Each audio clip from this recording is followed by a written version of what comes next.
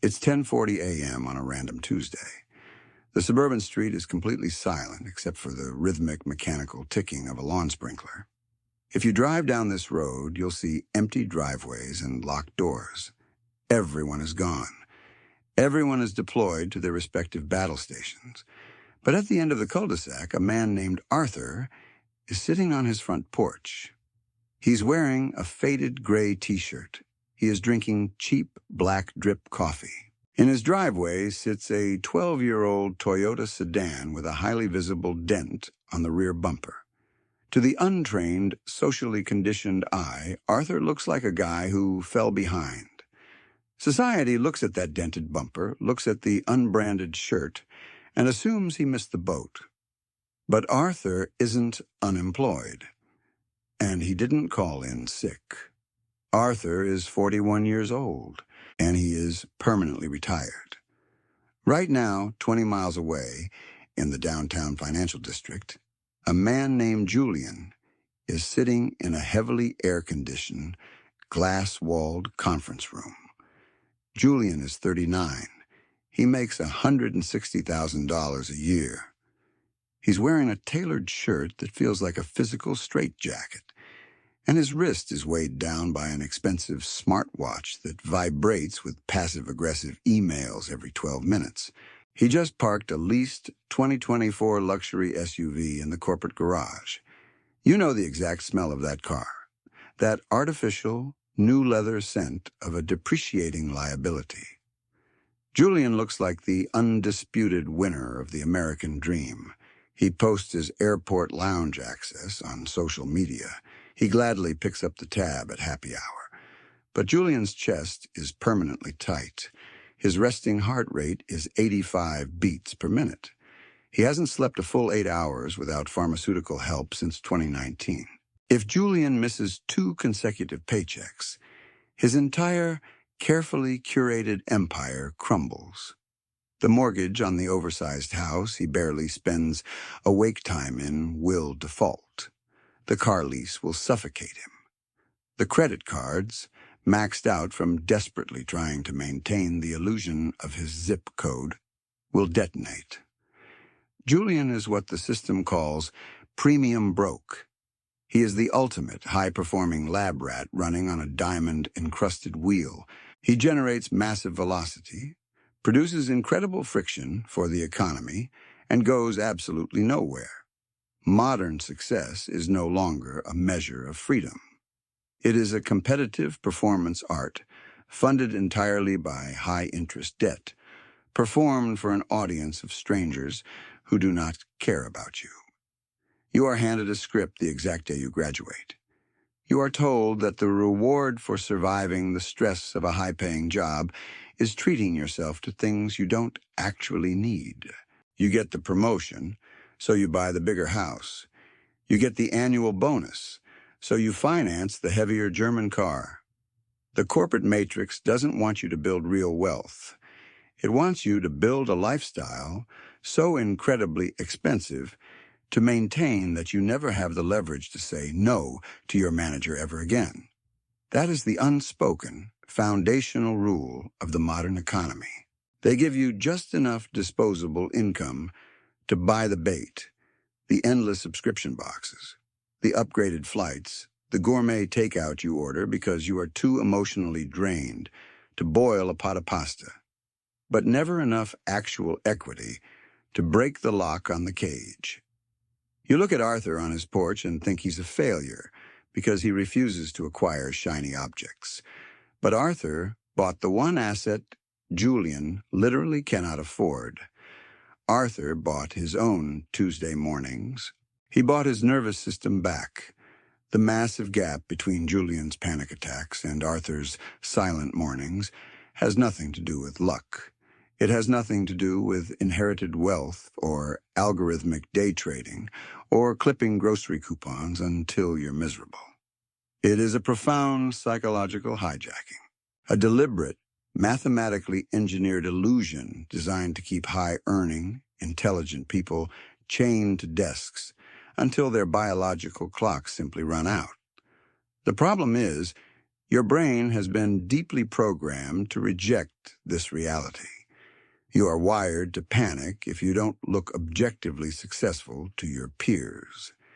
And the architects of the credit industry rely on that exact psychological insecurity to drain your blood. But the crazy part isn't that you fell for the illusion. The crazy part is the invisible machinery that convinced you it was your own idea. And once you see how they do it, you can never unsee it. The moment you sign that employment contract, you are entered into a psychological database. The architects of the consumer economy don't view you as a human being. They view you as a highly predictable revenue stream. And their most effective weapon against your freedom isn't the bank. It's the status industrial complex working in perfect synchrony with your corporate HR department. A promotion isn't a reward for your competence. It's a calculated adjustment to your dopamine baseline, designed to trick you into upgrading your liabilities. When your salary jumps, a massive psychological shift happens. Suddenly, your perfectly functional furniture feels insulting. Your reliable sedan feels like a public declaration of mediocrity. You work 55 hours a week. You swallow your pride in front of a boss you despise, so you convince yourself you deserve the upgrade. You don't buy the expensive espresso machine because you appreciate roasted beans. You buy it because the cheese tastes a lot better when the mousetrap is lined with brushed stainless steel.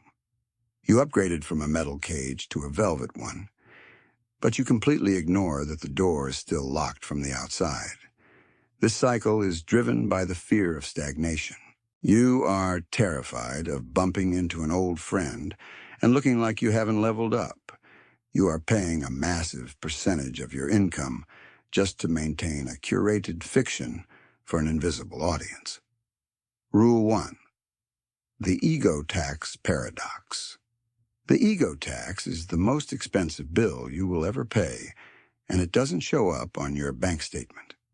It's the hidden surcharge on everything you buy to prove you aren't falling behind. The luxury badge on the hood doesn't make the engine run faster in rush hour traffic. It exists solely to communicate a fabricated hierarchy. True poverty isn't the absence of money. It is the absolute, terrifying reliance on the validation of strangers to justify your own daily suffering. You buy the house in the better zip code. But the trap doesn't close with the mortgage. It closes with the ecosystem. Now you need the landscaping service because you can't be the guy cutting his own grass. You need the HOA-approved paint. You need the premium patio furniture.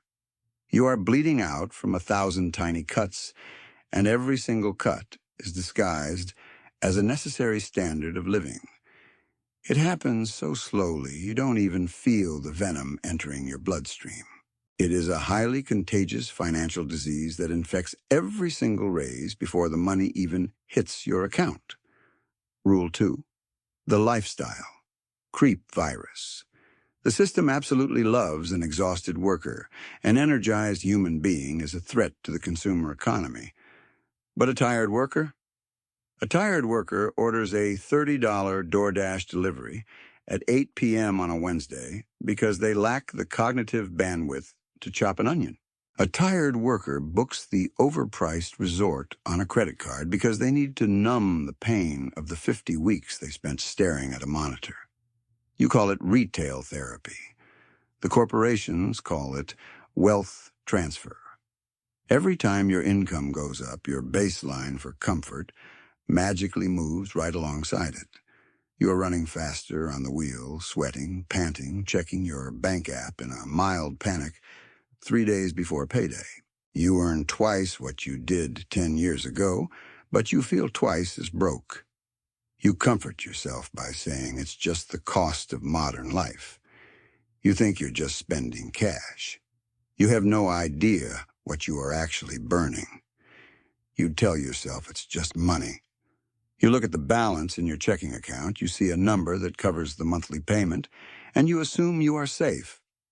That is exactly how the bank wants you to think.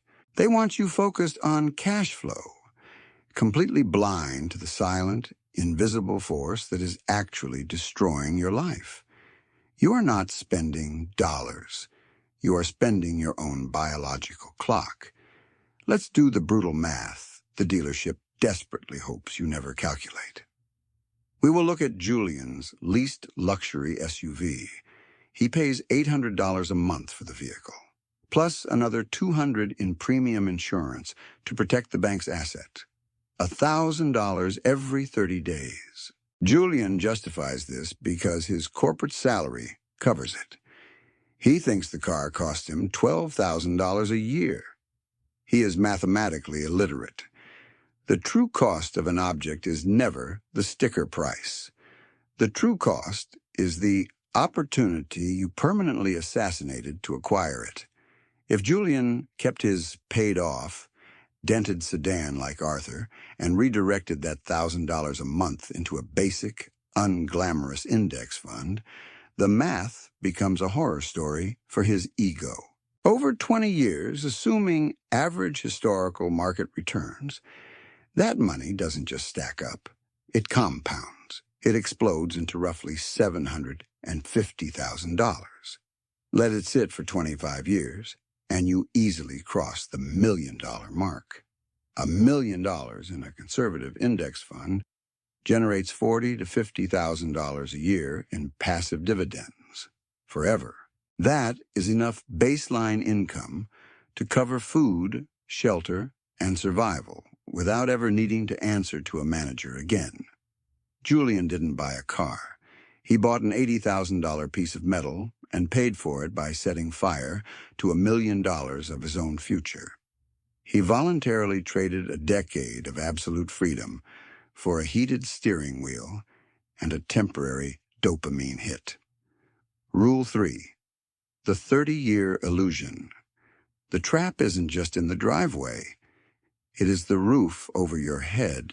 You finance the massive suburban house because the real estate agent convinced you it was a mandatory milestone. You are paying thousands of dollars a month in extra property taxes, maintenance, and utility bills for a formal dining room you use twice a year and a guest bedroom that stays empty. A house is not a passive investment. It is a hungry liability that demands your constant, exhausting labor just to maintain its baseline value. Society defines a wealthy person as someone who spends a massive amount of money. That is a dangerous, engineered lie. Wealth is the money you do not see. Wealth is the unbought luxury watch. Wealth is the declined premium cabin upgrade. Wealth is the capital that sits quietly in the dark, multiplying, buying your time back while you sleep. The system convinces the lab rats to eat the cheese immediately, never realizing the cheese is laced with 30 years of corporate servitude. Every time you upgrade your lifestyle to impress your peers, you are resetting the clock on your prison sentence. You are handing the warden another 5 years of your youth just to make the other inmates jealous. The math is cold, it is undefeated, and it does not care about your feelings. It only cares about leverage. They keep you ignorant of this compound effect, so you keep swiping the plastic, because the moment you understand the true cost of your vanity. Rule 4. The opportunity cost execution. Arthur retired at 40 because he weaponized this exact math. He understood that every dollar spent on status is a soldier permanently removed from his army. He deployed his capital to buy his own freedom, while Julian deployed his capital to buy the illusion of success. If you refuse to internalize this reality today, your fate is entirely predictable. You will keep trading your irrecoverable time for depreciating garbage. You will be sitting in a brightly lit office at 65 years old, staring blankly at a monitor, exhausted to your bones, wondering where your life went. And the banks will simply thank you for your lifelong cooperation. The only way to break the architecture of the game is to become entirely invisible to its predators. You have to willingly step off the runway of public opinion. You must undergo a complete ego death. Society conditions you to believe that wealth is loud. It teaches you that success looks like a screaming exhaust pipe, a massive logo on your chest, and a reserved table in a crowded room. But true, impenetrable wealth is absolutely silent.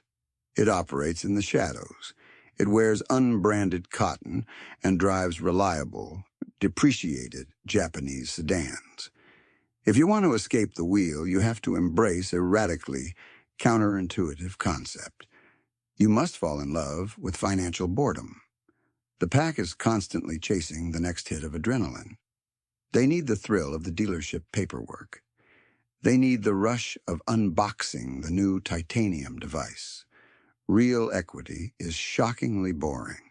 It is the quiet, automated transfer of funds into an investment account on the first of the month. It is doing absolutely nothing while the market fluctuates. It is the profound, beautiful emptiness of not having a car payment. You have to become the ghost at the neighborhood barbecue. When you are standing around the grill and a guy like Julian starts bragging about the boat he just financed at 9% interest, you do not try to educate him. You do not explain compound growth. You just smile, take a sip of your water, and nod. You let him flex. You let him perform. You let him build his own cage. Rule 5. The Stealth Wealth Protocol. Freedom is not the ability to buy whatever you want. Freedom is the absolute lack of desire to impress people you do not respect. The protocol demands that you look like a background character in everyone else's movie. When you stop bleeding capital to maintain your status, a strange psychological shift occurs. You stop caring about the corporate hierarchy. Your manager's manufactured emergencies no longer spike your cortisol. Because deep down, you know your survival is not tied to their approval. You have leverage quietly multiplying in the dark. Let's look at the physical reality of this power. While Julian is sweating through his tailored shirt in a congested TSA line, terrified of missing a flight to a 4-day resort vacation he desperately needs just to prevent a mental breakdown, Arthur is experiencing true luxury. Arthur is walking through an entirely empty grocery store on a Wednesday morning at 11. He has no unread emails. He has no performance reviews. He is deciding between 2 types of coffee beans, completely unbothered by the passage of time. That is the specific texture of sovereignty. The ability to dictate the pace of your own existence. To wake up on a Tuesday and realize your calendar is a blank, terrifyingly beautiful white space. The machine is terrified of a human being who does not want to buy its upgrades, because a human being with no superficial desires cannot be controlled by a paycheck. Rule 6. The invisible sovereign. True power is the ability to be judged as a failure by society and feel absolutely nothing but pity for the judges. You must choose your hard. It is hard to suppress your ego, drive the dented car, and watch your peers temporarily outshine you with borrowed money. But it is infinitely harder to be 62 years old, exhausted to your marrow, forced to beg a regional director for a few days off because you spent your youth buying depreciating metal. The math is done. The illusion is shattered. The door to the maze is unlocked, but you have to walk through it alone, in the dark, without any applause. If you actually survived this entire breakdown and understand the architecture of the exit, drop a comment saying Invisible Tuesday. The rest of the herd will have already scrolled away, frantically searching for another 10-second distraction to numb their anxiety. My name is Daniel Rath. Keep your head down. Stay out of the dealerships. Build your empire in the silence.